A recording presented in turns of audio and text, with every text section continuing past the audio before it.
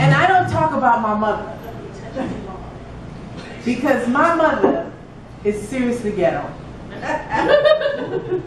And my mother was, okay, let me explain to you. This is how I found out, because I didn't grow up with my mother. So one morning, we get this phone call that my mother had been arrested. And I'm in shock. I go running upstairs, and I tell my brother, what are we going to do? What are we going to do? Trying to wake him up. He says, what do you want? I says, Mom's been arrested. He says, so what else is new? Call me. Wake me up when something's important happens. She gets arrested with regularity. My mother had cut this guy's liver in half, and she would explain to you how it popped. Ooh. She looked bad. I was scared as hell. I never did anything wrong, because she had me scared, you know.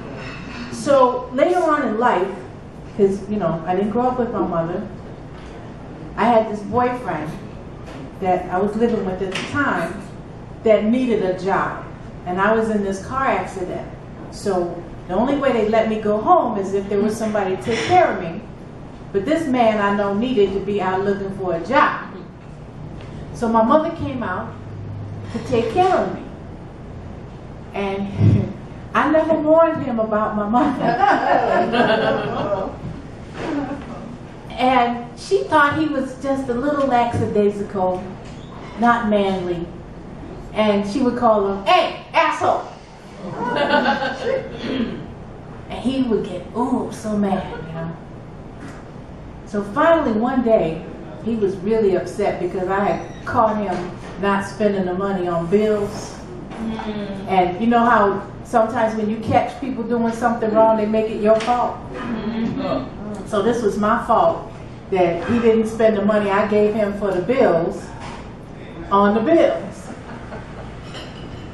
So he gets mad at my mother and he says, you know, I'm really sick and tired of you talking to me like I got a tail. I want some respect. So my mother walked out of the room. And I said, I know you don't know my mother very well, but that was not good. Something is about to happen. And it's not going to be good. My mother does not just walk away from a fight. My mother will cut you. So we're out in this club one night. I got my little, what do you call it, on your leg, cast on my leg, letting everybody bring me stuff. Now I just wear a cast just so people can bring me stuff. But across the room, my mother says, hey, Mr. Asshole, is there enough respect for you?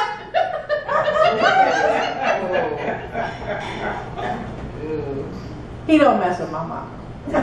He don't mess with me no more either, but you know, that's beside the point. But I know, like, you know, everybody's got really nice things to say about their parents. I can't think of one. Yeah, my parents, they're a little weird. You know, I do come from a dysfunctional family because I'm the first of 9. Yes. Yes. And I have no children, and people don't understand why. But I'm the only black child. All the rest of my brothers and sisters are white. We have the same parents. So what I figured, you know, since everybody else was white, that once I was born, all the black came to me. And it ran out. So everybody else came out white. That's the only thing I can think of. Had to be that way. But the other, that was Yvonne. Thank you for your presentation here today, because we was laughing our asses off with your pretty self, girl. You too much. She's like, did I do good? You talked about me when I first went up there, but then I did good. She was wonderful. She was wonderful. We're going to bring her back, right? Yeah. I tell her to work on it. The more stuff, we're going to bring her back. She's hot. She's definitely hot. And then Miss Prince come out here. Miss Prince? Right. I thought you was Mexican.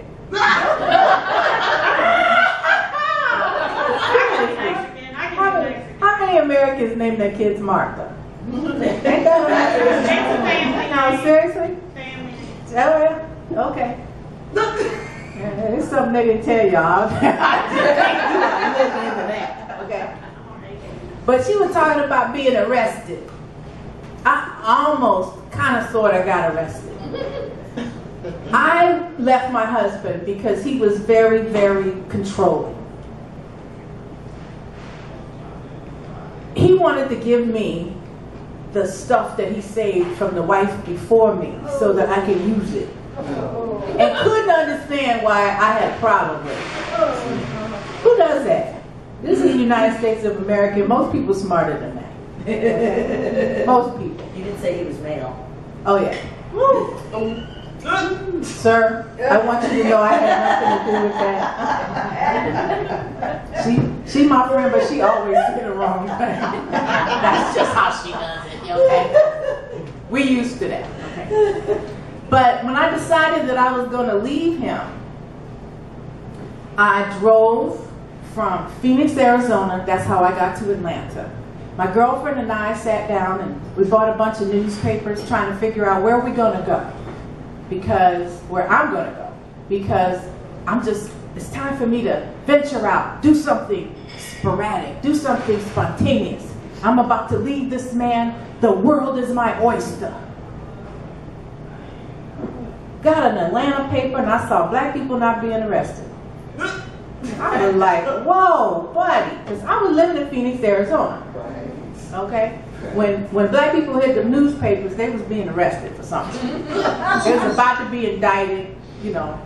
But they were like, they had jobs. I was very impressed. So I got in my car and I was driving to Atlanta. Now I was smoking some weed. And I had my little bag sitting right there on the console. Taking my little puffs. Looking at the world, it's beautiful. Now this was like over 20 years ago. And you remember Rodney King? You remember the riots? Mm-hmm. It was during the same time. And I got pulled over with all my weeds at the front. So I got out of the car real quick. Sir, you know, what's the matter? And he's like, you know, you were speaking. I'm like, really? I had no idea. So he asked for my ID and he ran the car. The car came up stolen. So he jumps out of the car after he figures out this car has been stolen with his gun. Sir, if you are trying to scare me, I am peeing in my pants right now. Never had a gun pulled on me before. You know, this is not something that I wanted to do. Okay.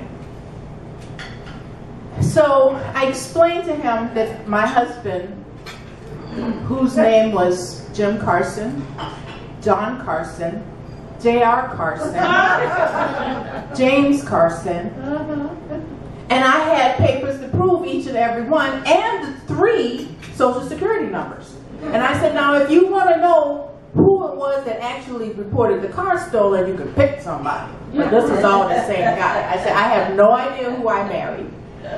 And he looked at me, he felt really sorry for me, because he had me sitting now in the front of his car. Thank God he wasn't sitting in the front of mine.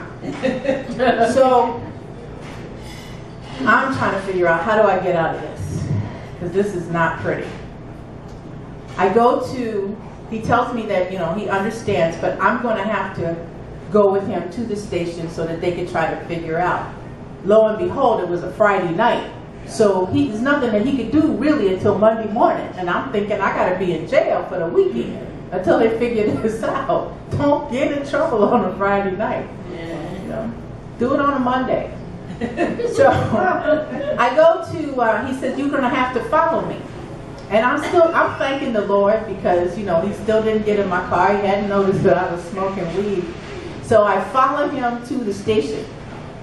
I'm following the cop, throwing my weed out the window because I don't want to get caught. I don't know what they're going to do, impound my car or what.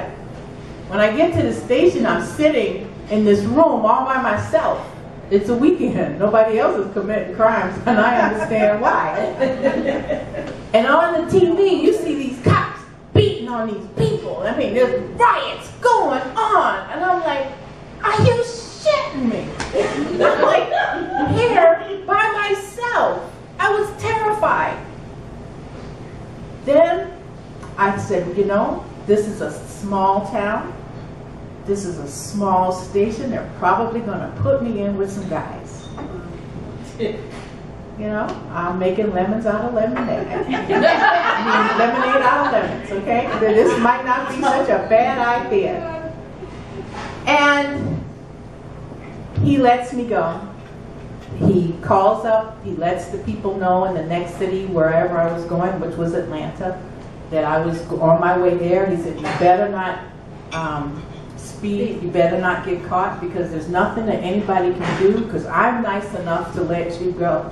I said, I talked your ass out of this. You think I'm not going to talk somebody else out of this too? I'm on a roll.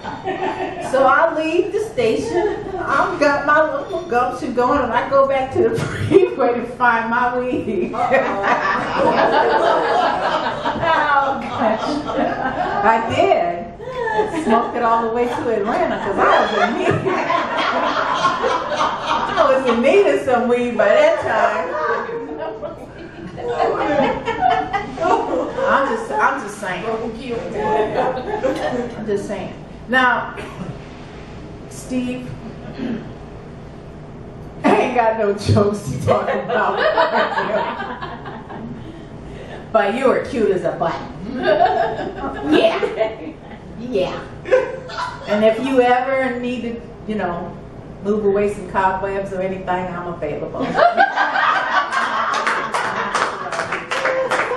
No shame in my game.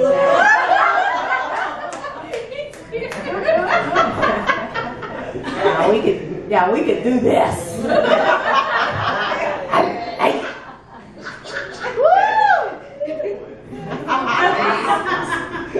I saw that. Did y'all see that show?